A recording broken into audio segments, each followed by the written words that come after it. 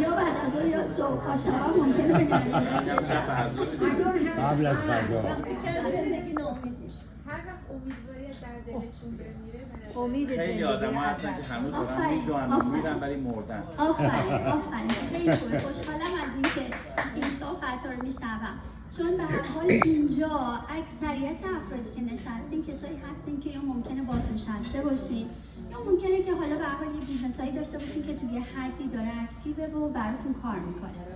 حالا یه سوال دیگه دارم، تا حالا دقت کردین یا از خودتون پرسیدین چطوره که بعضی از آدما با اینکه شرایط یکسانی رو دارن و در یک فضای حالا مالی اجتماعی دارن زندگی میکنن، اما وقتی مثلا 2 تا بچه توی خانواده یا 2 تا دختر خاله پسر خاله پسرمون دخترمون whatever 2 تا دوست هستن توی شرایط مشابه و یکسان، اما یکیشون خیلی پیشرفت میکنه رشد میکنه و یکیشون توی حدی باقی میمونه.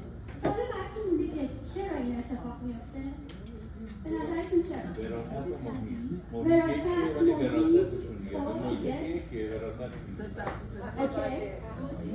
تفاوت در مغزش میشه.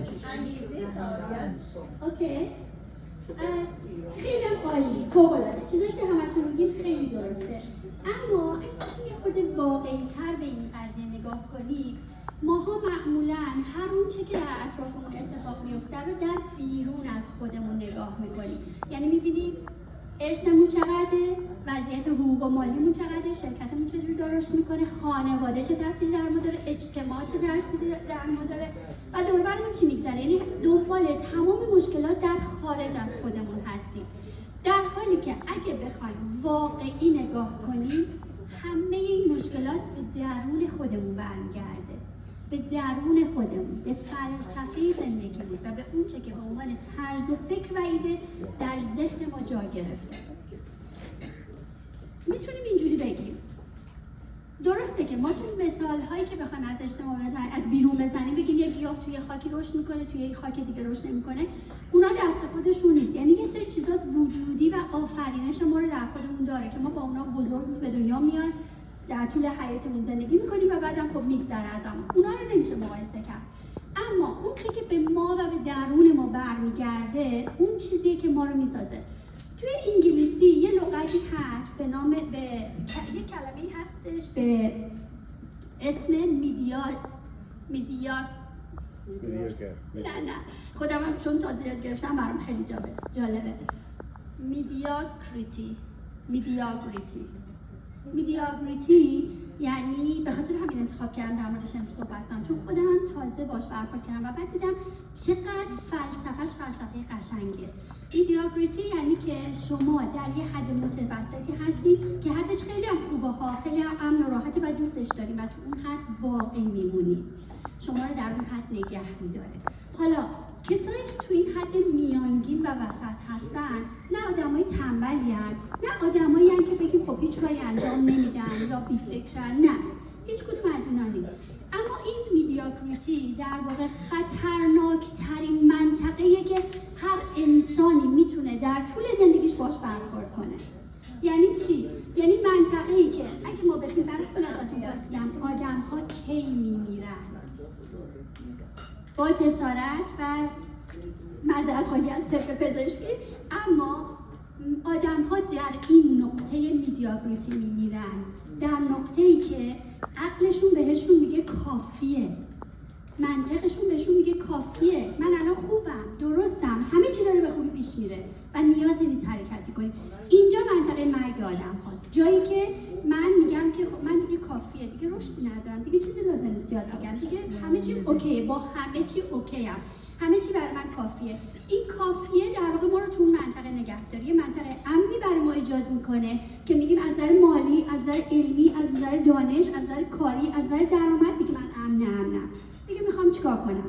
این اتفاق برای خیلی از بازنشسته‌ها میفته، این اتفاق برای خیلی از کسایی که بیزنس‌های کوچیک دارن و دیگران براشون رولشو میچرخونن میفته، برای کسایی که میگن خب درآمدمون کافیه. خیلی از شرکت‌ها، یعنی من وقتی که در مشاوره با شرکت‌ها هستم خیلی مشکلاتشون اینجاست، تو منطقه امنشونن، میگن ما خوبیم، ما اوکی، درآمدمون هست، سودمون هست، همه چی اوکیه، دیگه نمیخوایم کار دیگه. در حالی که ما توی بیزنس یک کلمه دیگه هم داریم جای دکتر لئون خاری اکسلنسی، بیزنس اکسلنسی یا حتی میتونیم بگیم لایف اکسلنسی، فرقی نمیکنه.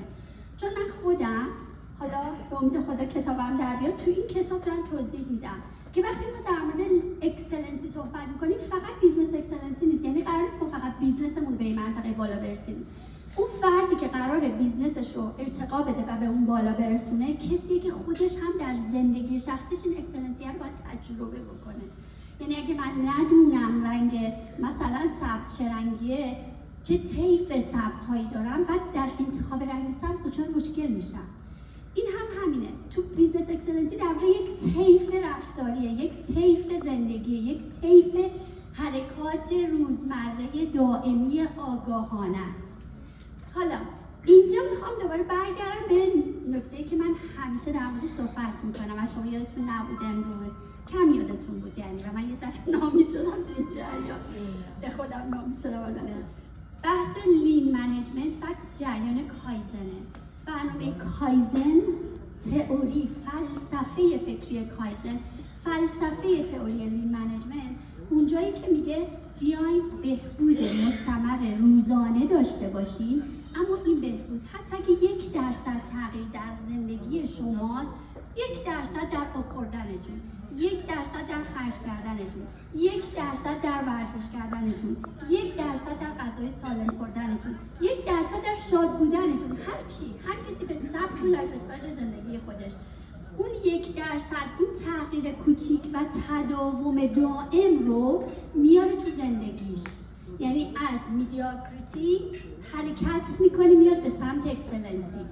تو اکسلنسی حرفی که من همیشه به شرکت ها، به بیزنس ها میزنم، صاحبین بیزنس، قرار نیست شما رقیب یک شرکت دیگه مثل خودتون بشید. قرار نیست رقباتون رو بیرون از خودتون ببینید. رقیب شما شمایید، خودتونید. من رقیبم پریسایی که الان هست با پریسای دیروزه، با پریسای 1 ماه پیشه. شما بیزنستون رقیبتون خودتونید با 1 ساعت پیش و دیروزتون و 1 ماه پیشتون و پارسالتون. شما خودتون رو به شما در 5 سال آینده باید برسونید، نه به بیزنسی شبیه شما در 5 سال آینده. نگاه کنید، ما در دنیایی داریم زندگی میکنیم که همه چیز داره به سرعت پیش میره. یعنی همه چیز رو سرعته.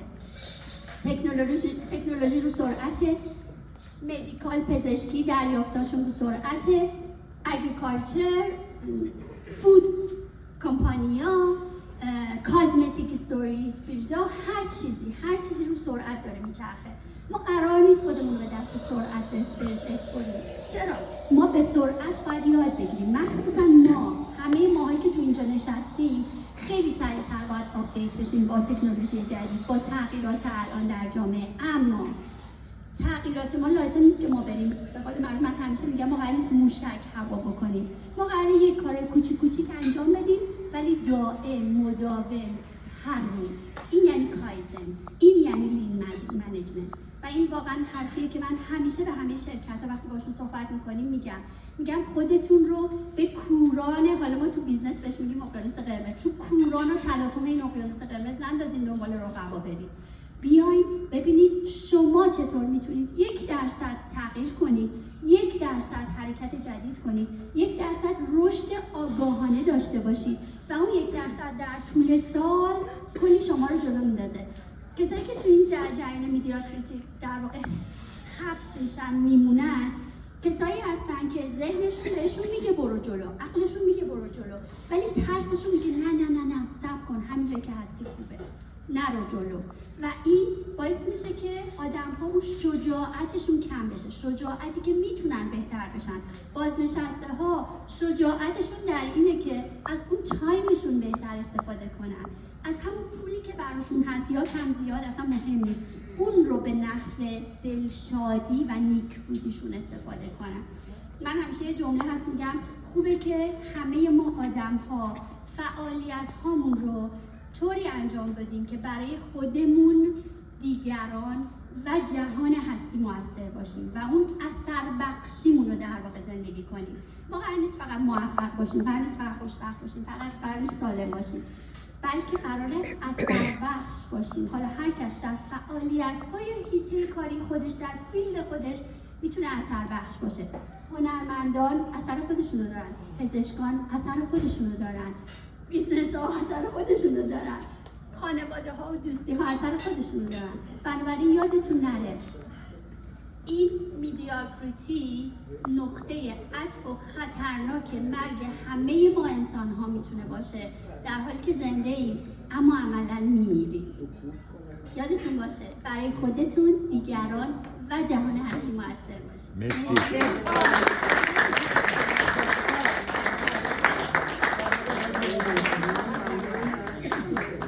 دکتر فیصل چطور که همه الهام یک برنامه داشته باشیم؟